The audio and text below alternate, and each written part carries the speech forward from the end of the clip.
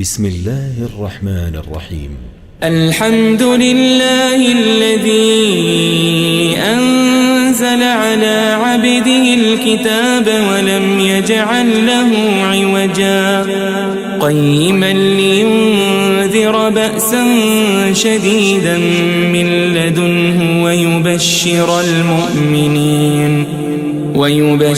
المؤمنين الذين يعملون الصالحات أن لهم أجرا حسنا ماكثين فيه أبدا وينذر الذين قالوا اتخذ الله ولدا ما لهم به من علم ولا لآبائهم كبرت كلمة تخرج من أفواههم إن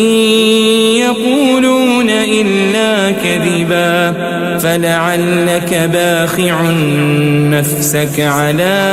آثارهم إن لم يؤمنوا بهذا الحديث أسفا إنا جعلنا ما على الأرض زينة لها لنبلوهم أيهم أحسن عملا وإنا لجاعلون ما عليها صعيدا جرزا أم حسبت أن أصحاب الكهف والرقيم كانوا من آياتنا عجبا إذ أوى الفتية إلى الكهف فقالوا ربنا آتنا من لدنك رحمة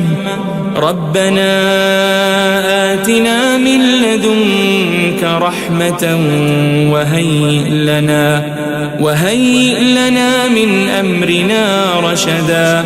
فضربنا على آذانهم في الكهف سنين عددا ثم بعثناهم لنعلم أي الحزبين أحصى لما لبثوا أمدا نحن نقص عليك نبأهم بالحق إنهم فتية آمنوا بربهم وزدناهم هدى وربطنا على قلوبهم إذ قاموا فقالوا ربنا رب السماوات والأرض لن ندعو من دونه إلها لقد قلنا إذا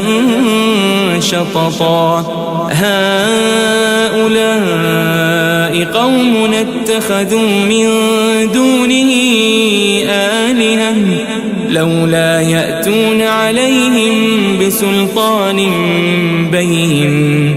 فمن أظلم ممن افترى على الله كذبا وإذ اعتزلتموهم وما يعبدون إلا الله فأووا إلى الكهف ينشر لكم ربكم من رحمته ويهيئ لكم من أمركم مرفقا وترى الشمس إذا طلعت تزاور عن كهفهم ذات اليمين وإذا غربت تقرضهم ذات الشمال وهم في فجوة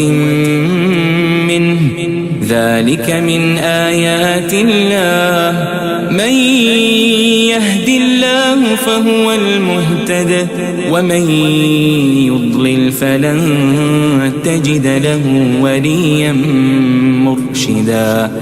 وتحسبهم أيقاظا وهم رقود ونقلبهم ذات اليمين وذات الشمال وكلبهم باسط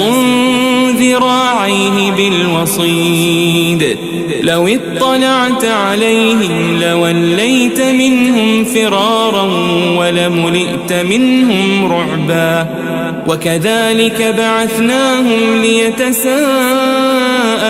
بينهم قال قائل منهم كم لبثتم قالوا لبثنا يوما أو بعض يوم قالوا ربكم أعلم بما لبثتم فابعثوا أحدكم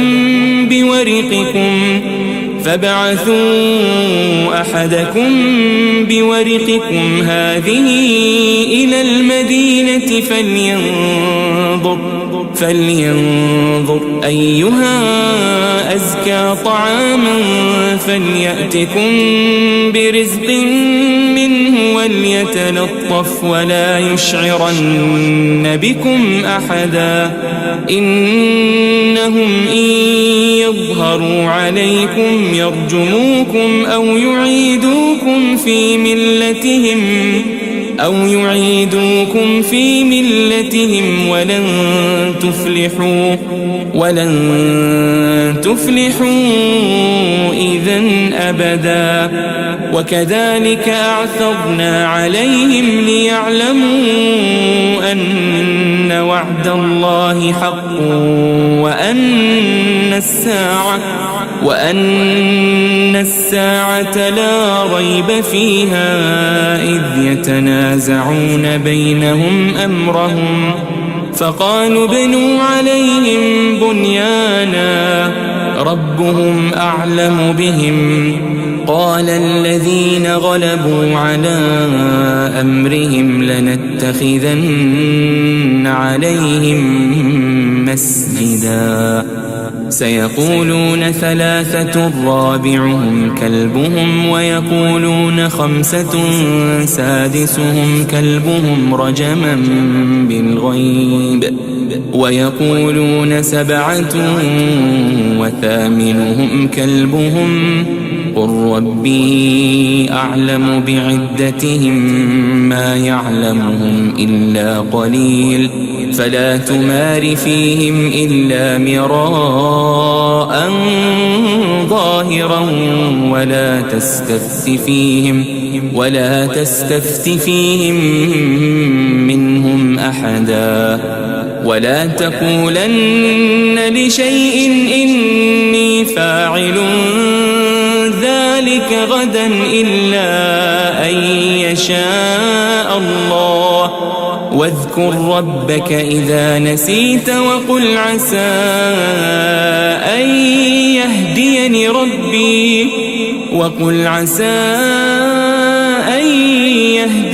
ربي لأقرب من هذا رشدا ولبثوا في كهفهم 300 سنين وازدادوا 9 قل الله أعلم بما لبثوا له غيب السماوات والأرض أبصر به وأسمع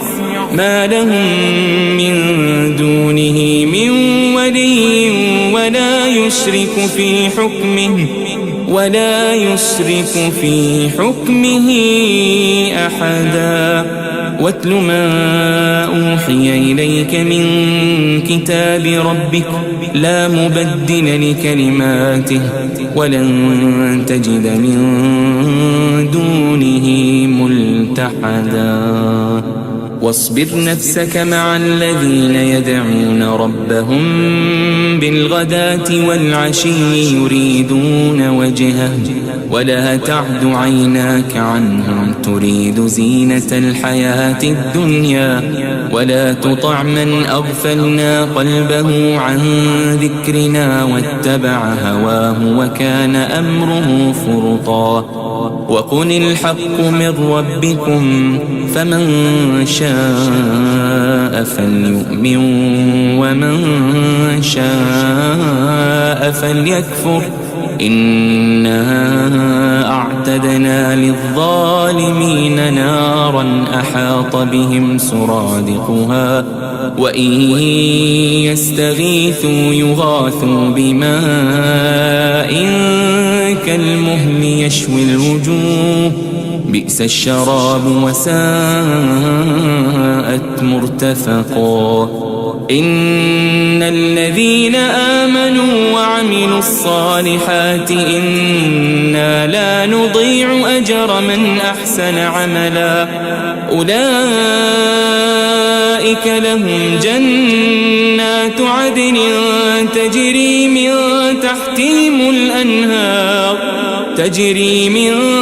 تحتهم الأنهار يحلون فيها من أساور من ذهب ويلبسون ثيابا خضرا من سندس وإستبرق متكئين فيها على الأرائك نعم الثواب وحسنت مرتفقا. واضرب لهم مثل الرجلين جعلنا لأحدهما جنتين من أعناب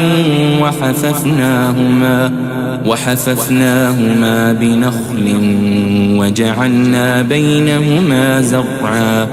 كلتا الجنتين آتت أكلها ولم تظلم منه شيئا وفجرنا خلالهما نهرا وكان له ثمر فقال لصاحبه وهو يحاوره أنا أكثر منك مالا وأعز نفرا ودخل جنته وهو ظالم لنفسه قال ما أظن أن تبيد هذه أبدا وما أظن الساعة قائمة ولئن رددت إلى ربي لأجدن خيرا منها منقلبا. قال له صاحبه وهو يحاوره أكفرت بالذي خلقك من تراب ثم من نطفة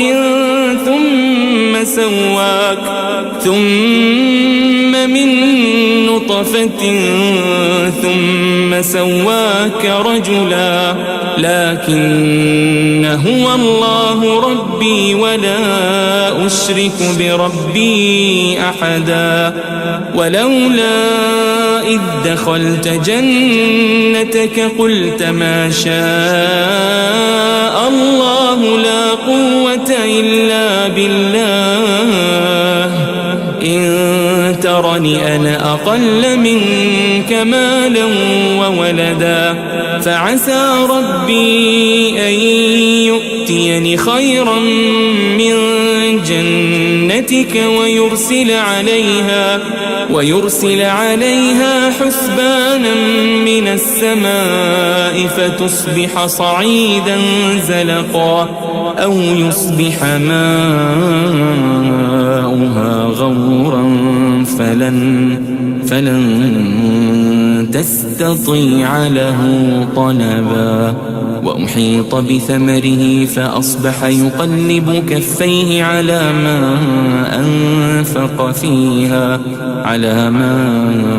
أنفق فيها وهي خاوية على عروشها ويقول يا ليتني لم أشرك بربي أحدا. ولم تكن له فئة ينصرونه من دون الله وما كان منتصرا. هنالك الولاية لله الحق هو خير ثوابا وخير عقبا. واضرب لهم مثل الحياة الدنيا كماء أنزلناه من السماء فاختلط به نبات الأرض فأصبح هشيما تذروه الرياح وكان الله على كل شيء مقتدرا. المال والبنون زينة الحياة الدنيا والباقيات الصالحات خير عند ربك ثوابا وخير أملا ويوم نسير الجبال وترى الأرض بارزة وحشرناهم فلم نغادر منهم أحدا وعرضوا على ربك صفا لقد جئتمونا كما خلقناكم أول مرة بل زعمتم أن لن نجعل لكم موعدا ووضع الكتاب فترى المجرمين مشفقين مما فيه ويقولون يا ويلتنا ما لهذا الكتاب لا يغادر صغيرة ولا كبيرة إلا أحصاها ووجدوا ما عملوا حاضرا ولا يظلم ربك أحدا وإذ قلنا للملائكة اسجدوا لآدم فسجدوا إلا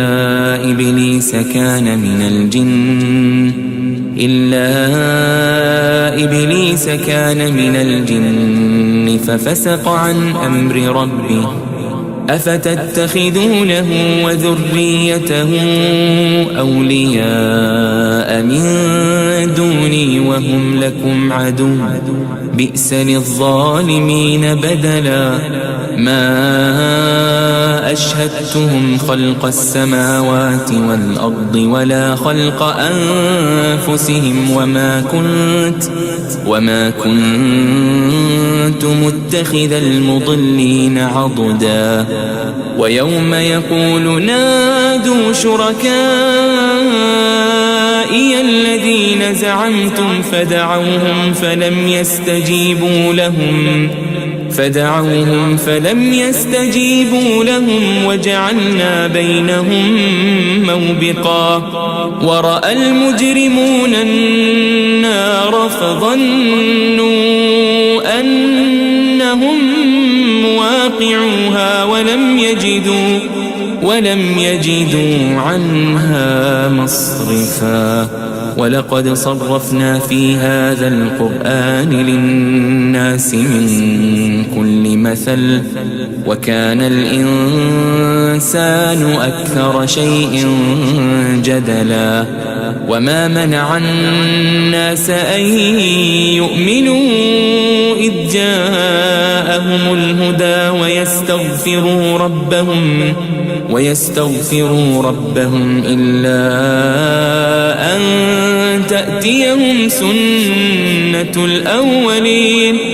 إلا أن تأتيهم سنة الأولين أو يأتيهم العذاب قبلا وما نرسل المرسلين إلا مبشرين ومنذرين ويجادل الذين كفروا بالباطل ليدحضوا به الحق واتخذوا آياتي وما أنذروا هزوا ومن أظلم ممن ذكر بآيات ربه فأعرض عنها ونسي ما قدمت يداه إنا جعلنا على قلوبهم أكنة أن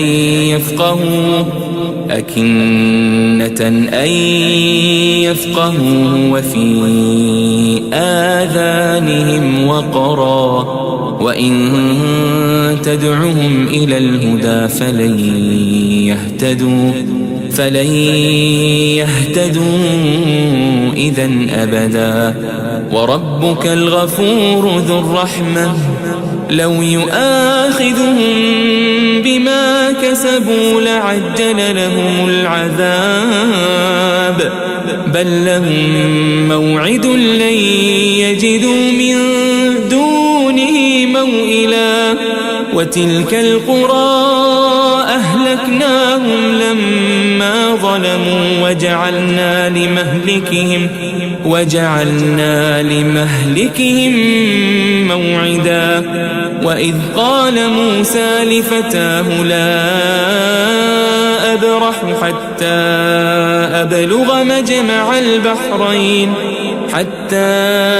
أبلغ مجمع البحرين أو أمضي حقبا فلما بلغا مجمع بينهما نسيا حوتهما فاتخذ سبيله في البحر سربا فلما جاوزا قال لفتاه آتنا غداءنا لقد لقينا من سفرنا هذا نصبا قال أرأيت إذ أوينا إلى الصخرة فإني نسيت الحوت وما أنسانيه إلا الشيطان أن أذكره واتخذ سبيله في البحر عجبا قال ذلك ما كنا نبغي فارتدا على آثارهما قصصا فوجدا عبدا من عبادنا آتيناه رحمة من عندنا وعلمناه من لدنا علما قال له موسى هل أتبعك على أن تعلمني مما علمت رشدا قال إنك لن تستطيع معي صبرا وكيف تصبر على ما لم تحط به خبرا قال ستجدني إن شاء الله صابرا ولا أعصي لك أمرا قال فإن اتبعتني فلا تسألني عن شيء حتى أحدث لك منه ذكرا فانطلقا حتى إذا ركبا في السفينة خرقها قال أخرقتها لتغرق أهلها لقد جئت شيئا إمرا قال ألم أقل إنك لن تستطيع معي صبرا قال لا تؤاخذني بما نسيت ولا ترهقني من أمري عسرا فانطلقا حتى إذا لقيا غلاما فقتله قال أقتلت نفسا زكية بغير نفس لقد جئت شيئا نكرا قال ألم أقل لك إنك لن تستطيع معي صبرا قال إن سألتك عن شيء بعدها فلا تصاحبني قد بلغت من لدني عذرا فانطلقا حتى إذا أتيا أهل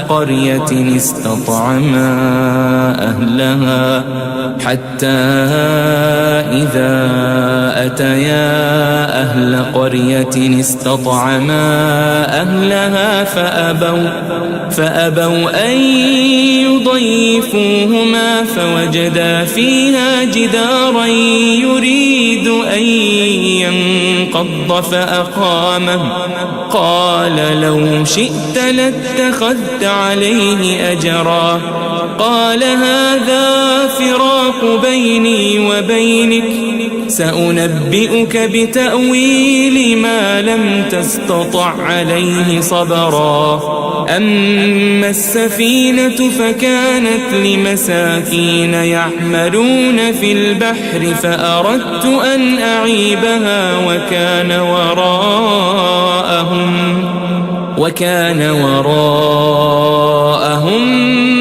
ملك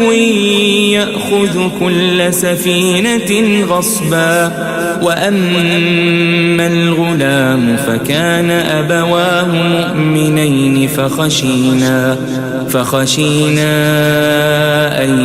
يرهقهما طغيانا وكفرا فأردنا أن يبدلهما ربهما خيرا منه زكاة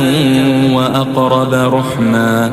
وأما الجدار فكان لغلامين يتيمين في المدينة وكان تحته كنز لهما وكان أبوهما صالحا فأراد ربك أن يبلغا أشدهما ويستخرجا كنزهما رحمة من ربك وما فعلته عن أمري ذلك تأويل ما لم تسطع عليه صبرا. ويسألونك عن ذي القرنين قل سأتلو عليكم منه ذكرا. إنا مكنا له في الأرض وآتيناه من كل شيء سببا فأتبع سببا حتى إذا بلغ مغرب الشمس وجدها تغرب في عين حمئة ووجد عندها قوما قلنا يا ذا القرنين إما أن تعذب وإما أن تتخذ فيهم حسنا. قال أما من ظلم فسوف نعذبه ثم يرد إلى ربه فيعذبه عذابا نكرا. وأما من آمن وعمل صالحا فله جزاء الحسنى وسنقول له من أمرنا يسرا. ثم أتبع سببا حتى إذا بلغ مطلع الشمس وجدها تطلع على قوم لم نجعل لهم من دونها سترا. كذلك وقد أحطنا بما لديه خبرا. ثم أتبع سببا حتى إذا بلغ بين السدين وجد من دونهما قوما لا يكادون يفقهون قولا. قالوا يا ذا القرنين إن يأجوج ومأجوج مفسدون في الأرض فهل نجعل لك خرجا على أن تجعل بيننا وبينهم سدا. قال ما مكني فيه ربي خير فأعينوني بقوة أجعل بينكم وبينهم ردما. آتوني زبر الحديد حتى إذا ساوى بين الصدفين قال انفخوا حتى إذا جعله نارا قال آتوني أفرغ عليه قطرا. فما استطاعوا أن يظهروه وما استطاعوا له نقبا. قال هذا رحمة من ربي فإذا جاء وعد ربي جعله دكاء وكان وعد ربي حقا. وتركنا بعضهم يومئذ يموج في بعض ونفخ في الصور فجمعناهم جمعا. وعرضنا جهنم يومئذ للكافرين عرضا. الذين كانت أعينهم في غطاء عن ذكري وكانوا لا يستطيعون سمعا أفحسب الذين كفروا أن يتخذوا عبادي من دوني أولياء إنا أعتدنا جهنم للكافرين نزلا قل هل ننبئكم بالأخسرين أعمالا الذين ضل سعيهم في الحياة الدنيا وهم يحسبون أنهم يحسنون صنعا أولئك الذين كفروا بآيات ربهم ولقائه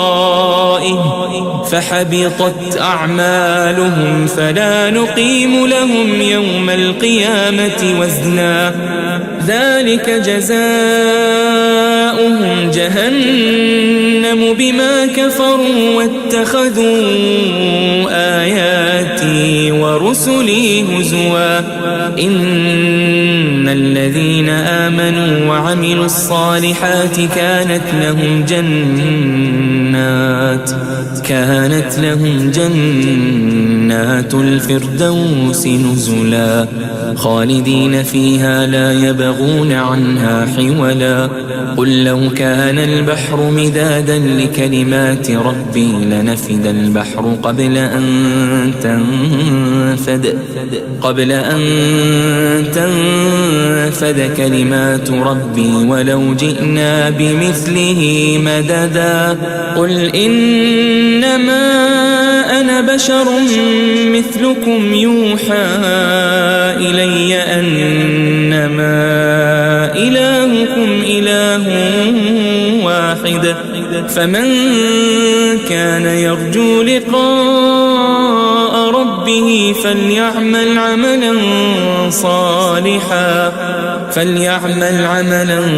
صالحا ولا يشرك بعبادة ربه